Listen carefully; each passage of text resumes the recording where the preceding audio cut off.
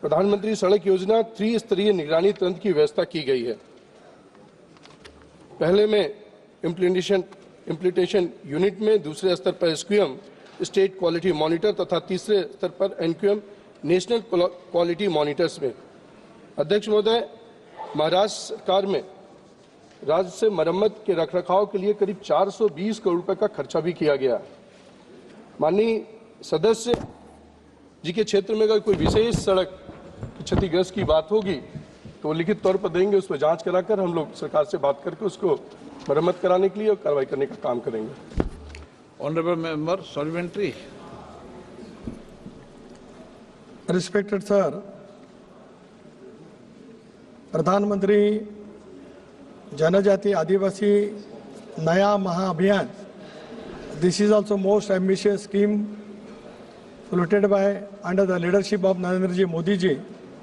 So I would like to ask Honorable Minister for this. Again, the target has been given for the every parliamentary constituency, especially my constituency is tribal, so it needs to be given more kilometers to be sanctioned. And Pradhan Mantri Gram Sadak Yojana Section 4 is also submitted to the government of the India. That sanction should be get at earliest. So both the request what I made on the behalf of my people of the constituency, I request Honorable Minister to give earliest sanction for that.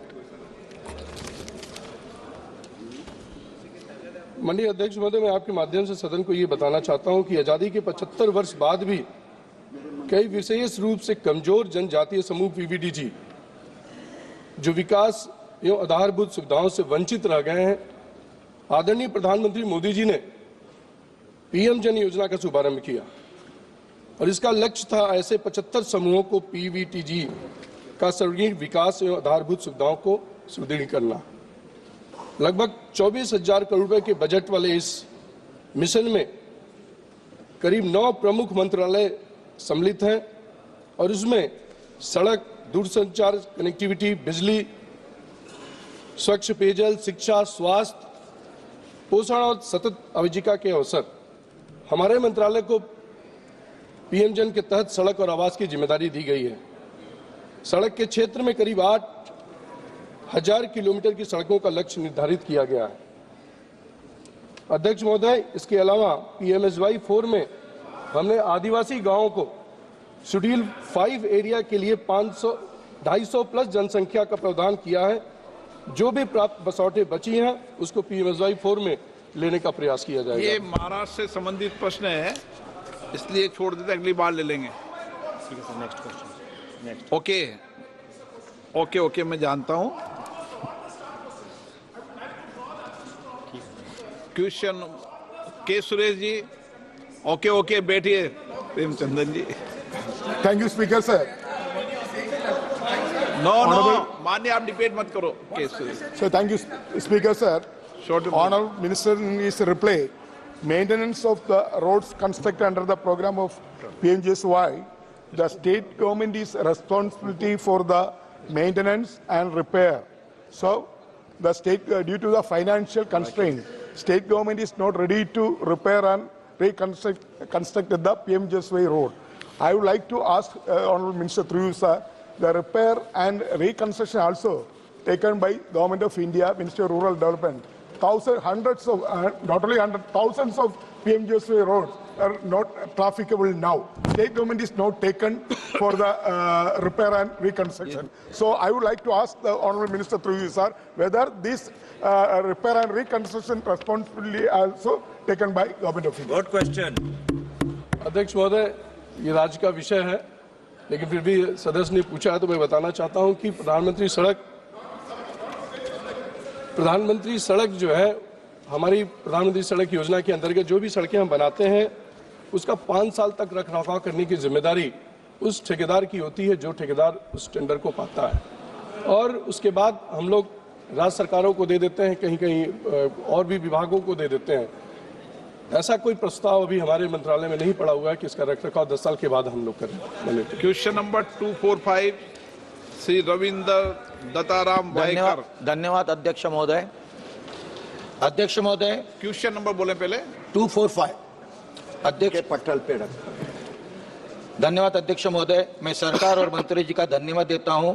उन्होंने 50 में से 12 textile park और एक PM मित्र park Maharashtra को दिया है। अध्यक्ष महोदय, महाराष्ट्र में 1982 में हमारे यहाँ एक टेक्सटाइल हब होता था, गिरन गांव बोला जाता था। उसमें स्ट्राइक हुआ, संप हो गया और वहाँ के मजदूर बेरोजगार हो गए। उसके माध्यम से मेरा प्रश्न है, मैं आपके माध्यम से माननीय मंत्री जी से ये जानना चाहता हूँ कि मुंबई जो देश के वस्त्र उद्योग का एक महत्वपूर्ण केंद्र था, वहाँ scheme for integrated textile park यानी SITP के तहत पिछले 5 वर्षों में कुल कितने टेक्सटाइल पार्क स्वीकृत किए गए हैं, जिसके अतिरिक्त मुंबई और MMR रीजन में स्थित पुरानी मिलों, बुनाई इकाइयों और अन्य पारंपरिक कपड़ा व्यवसाय को पुनर्जीवित करने के लिए सरकार द्वारा अब तक क्या ठोस कदम उठाए गए हैं? अध्यक्ष महोदय, माननीय सदस्य को धन्यवाद दूंगा। वैसे तो मैं 50 के 50 पार्क का सूची उसमें उत्तर में डाल दिया हूं, लेकिन ये बताना चाहूंगा कि ये मोदी जी को धन्यवाद मैं देता हूं कि ये पार्क 2005 से शुरू हुआ और 2005 से शुरू हुआ और उस समय अध्यक्ष महोदय 98 पार्क को इन्होंने आवेदन लिया और अंत में आते 50 पार्क बचा। और जब से भारत सरकार नरेंद्र मोदी जी के नेतृत्व में है, हमने उसमें से 10 साल में 8 पार्क को पूरा कर दिया और 5 पार्क को इस बार हमने 34 करोड़ रुपया उसके किस्त को दिया है और 7 लोगों ने मांगा था, 7 में से 5 को हमने देने का काम किया। Okay, supplementary. अध्यक्ष महोदय, मैंने मुंबई के बारे में कहा था, जो मेल मजदूर बेरोजगार हो गए थे, उसके बारे में कहे। आपका समय कम है। मैं सप्लीमेंट्री दूसरा प्रश्न पूछना चाहता हूं कि भारत सरकार द्वारा वस्त्र उद्योग के लिए लागू की प्रोडक्शन लिंक इंसेंटिव योजना में रुपए 300 करोड़ के विवेश और 600 करोड़ के न्यूनतम टर्नओवर की शर्तें है, मध्यम एवं लघु उद्योग के लिए चुनौतीपूर्ण साबित हो रही है, जिससे वे इस सरकारी योजना का लाभ उठाने में संघर्ष कर रहे हैं। मैं माननीय मंत्री से जानना चाहता हूं कि PPP मॉडल को बढ़ावा देने के लिए क्या सरकार इन शर्तों को संशोधित करके ये लिमिट कम करने पर विचार करेगी, ताकि अधिक से अधिक PLI योजना का लाभ उठा सके, और क्या सरकार ऐसे छोटे उद्योगों के लिए क्लस्टर आधारित टेक्सटाइल पार्क स्थापित करने की कोई योजना का विचार कर रही है क्या? महोदय, ऐसे तो इनका प्रश्न उससे जुड़ा हुआ नहीं है, लेकिन माननीय सदस्य ने पूछा है तो बता देना उचित होगा। ये नेशनल टेक्सटाइल मिशन जो टेक्निकल टेक्सटाइल है, ये भारत के अंदर नहीं था। नरेंद्र मोदी जी के आने के बाद एक मिशन के रूप में लिया गया और 3 बिलियन से ऊपर हम एक्सपोर्ट कर चुके हैं और माननीय नरेंद्र मोदी जी के नेतृत्व में हमने टेक्निकल टेक्सटाइल एंटिटियम मिशन लिया, उसमें PIL लिया और PIL में हमने 1000 करोड़ रखा है, 1400 करोड़, 1000 नहीं 1400 करोड़। ठीक है, 1400 करोड़ अभी रखा है, 10,000 करोड़ का है टोटल। ठीक है। श्री राजेश वर्मा। धन्यवाद अध्यक्ष महोदय। मैं आपके माध्यम से माननीय मंत्री जी से जानना चाहूंगा, हमारे देश के यशस्वी प्रधानमंत्री नरेंद्र मोदी जी की अगुवाई में टेक्सटाइल के क्षेत्र में हमारा देश बहुत प्रगति कर रहा है, लेकिन वहीं मेरे गृह जिला भागलपुर में जो सिल्क सिटी के नाम से जाना जाता है, उस गृह जिला में 50,000 से ज्यादा प्रशिक्षित बुनकर आज अपने व्यवसाय के लिए संघर्ष कर रहे हैं। मैं माननीय मंत्री जी से जानना चाहता हूं कि क्या यान बैंक को लेकर उनका कोई वहां पर प्रस्ताव है, क्योंकि यान बैंक हो जाने से मील से जो सूता आता है, जो यान आता है, वो उसको उस रेट में वहां के बुनकरों को मिल पाएगा जो पहले हैंडलूम के लिए मिलता था। क्या पावरलूम के लिए भी वो सुनिश्चित किया जाएगा और यान बैंक की स्थापना वहां की जाएगी? मैं यही माननीय मंत्री से पूछना चाहता हूं। बहुत धन्यवाद। माननीय अध्यक्ष महोदय, माननीय राजेश जी को धन्यवाद दूंगा। इनकी कंस्टिट्यूंसी खगड़िया है लेकिन भागलपुर से आते हैं और भागलपुर सिल्क सिटी के रूप में जाना जाता है। और इस पर्सन से जुड़ा हुआ तो नहीं है, लेकिन इन्होंने जो विषय रखा है, भारत की सरकार हथकरघा को, बीभर को पूरे देश में बढ़ावा देने के लिए हम उनको सूता देने का काम करते हैं, सिल्क का सूता हो चाहे जो भी सूता हो। और मैं इनको आश्वस्त करता हूं कि राज्य सरकार के साथ मिलकर के हम उन बुनकरों को सूता की कमी नहीं होने देंगे। क्वेश्चन बहुत सारे हैं, नंबर 5 ही आते हैं, इसलिए अब जल्दी जल्दी करना पड़ेगा। 246 अनंत नायक। माननीय मंत्री जी, महोदय एक विवरण सभा पटल पर रख माननीय सदस्य शॉर्ट में समय खत्म हो रहा है आपका। जी अध्यक्ष महोदय, मैं सीधे पूछ रहा हूँ। सीधा नहीं पूछोगे तो 12 बज जाएगी। मैं माननीय प्रधानमंत्री जी को धन्यवाद दे रहा हूँ जो कि गांव में इसको डेवलपमेंट के लिए इतना स्कीम बनाया। फिर भी मैं मंत्रिमंडल से जानना चाहता हूँ, दीनदयाल अंत्योदय योजना NRLM की लाभार्थी महिला की संख्या कितनी है उड़ीसा में, और SHG महिलाओं को पूर्ण क्रेडिट समर्थन कितने प्रदान किए हैं? अध्यक्ष महोदय, मैं प्रधानमंत्री जी को धन्यवाद देते हुए कहना चाहता हूं कि आजीविका मिशन ने बहनों की जिंदगी बदल दी है। और जैसा माननीय सदस्य पूछ रहे, उड़ीसा में NRLM की लाभार्थी महिलाओं की संख्या कितनी है, तो 5.8 लाख स्व सहायता समूह में 59,30,000 ग्रामीण बहनों को संगठित किया गया है। उड़ीसा में SHG महिलाओं को, बहनों को कुल 51,547 करोड़ रुपए का क्रेडिट समर्थन प्रदान किया गया है, जिसमें 47,574 करोड़ रुपए का SHG बैंक ऋण शामिल है।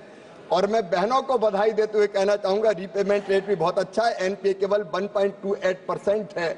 उड़ीसा ने बहुत सार्थक ढंग से इस योजना को क्रियान्वित किया है और आजीविका मिशन के कारण आज बहनों की जिंदगी पूरे देश में बदल रही है। 1.25 करोड़ से ज्यादा तो लखपति दीदियां बन चुकी है, जो जल्दी 3 करोड़ हो जाएंगी। प्रश्नकाल समाप्त। माननीय सदस्यगण, मुझे निम्नलिखित माननीय सदस्यों द्वारा कुछ विषयों पर स्थगन प्रस्ताव की सूचनाएं प्राप्त हुई है। मैंने स्थगन प्रस्ताव की सूचनाएं की अनुमति नहीं दी गई है और कल मैं इस पर एक डिटेल वक्तव्य भी दूंगा। बैठ जाइए प्रोफेसर साहब, आप बैठ जाइए। श्री नीरज मौर्य, श्रीमती कनिमोजी करुणानिधि, राजेश रंजन, प्रोफेसर सौगत राय, श्री बी मणिकम टैगोर, विजय कुमार उर्फ विजय बसंत, एडवोकेट चंद्रशेखर, KC वेणुगोपाल, बैठ जाइए। मोहम्मद जावेद। मैंने किसी सभा पटल पर रखे जाने वाले पत्र। Item number 2, Shri Rajiv Ranjan Singh.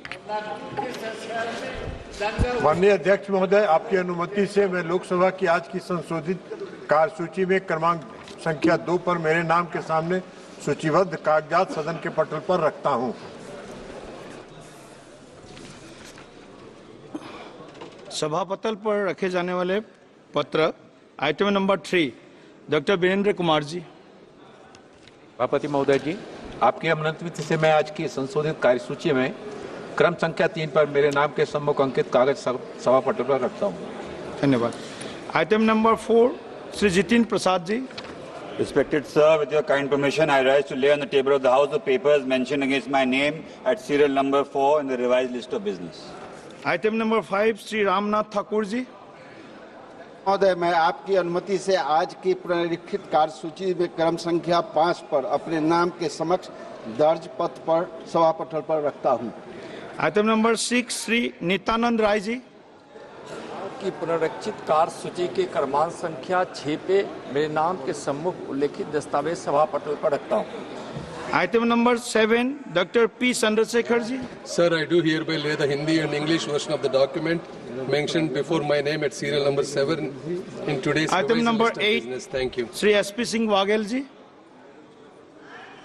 Permission, I rise to lay the papers listed against my name at the serial number 8 in the today's revised list of business of Lok Sabha. Item number 8, 9, Shri B.L. Verma ji.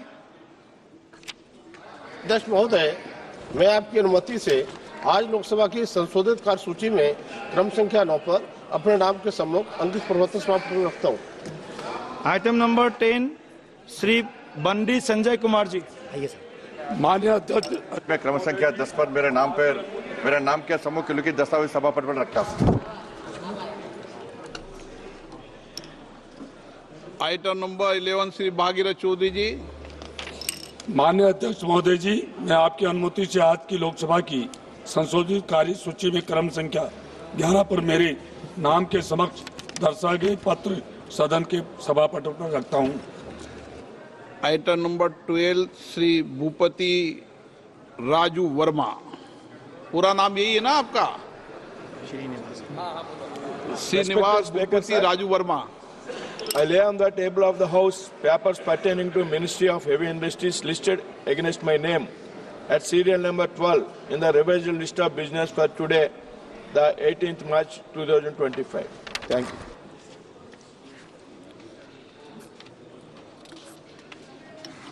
Item number 13, माननीय professor साहब, आपको कोई तकलीफ है क्या?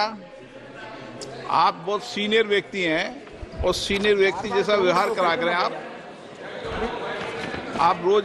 Speaker sir, with your kind permission, I rise to lay the papers listed against my name at serial number 13 in today's revised list of business of Lok Sabha.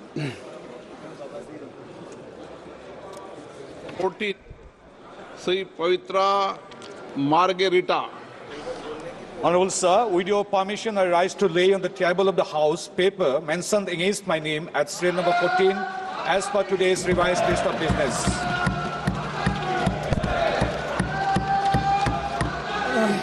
माननीय सदस्यों, आज नियम 37 के अधीन मामलों को उठाने की अनुमति प्रदान की गई है। वे अपना मामलों के अनुपदित पाठ की बैठ जाए अपनी सीट पे बैठ जाए अनुपद पाठ की तुरंत व्यक्तिगत रूप से सदन के पटल पर रख सकते हैं 15 मिनट में।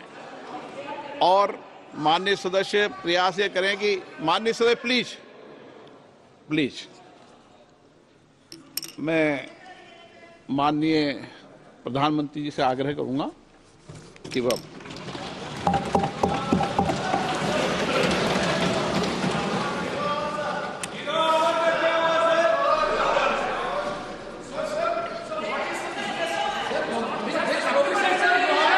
माननीय अध्यक्ष जी,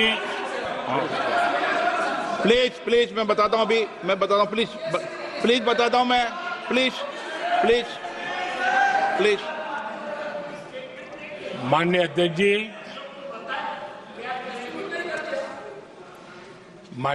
जी, मैं प्रयागराज में हुए महाकुंभ पर वक्तव्य देने के लिए उपस्थित हुआ हूं।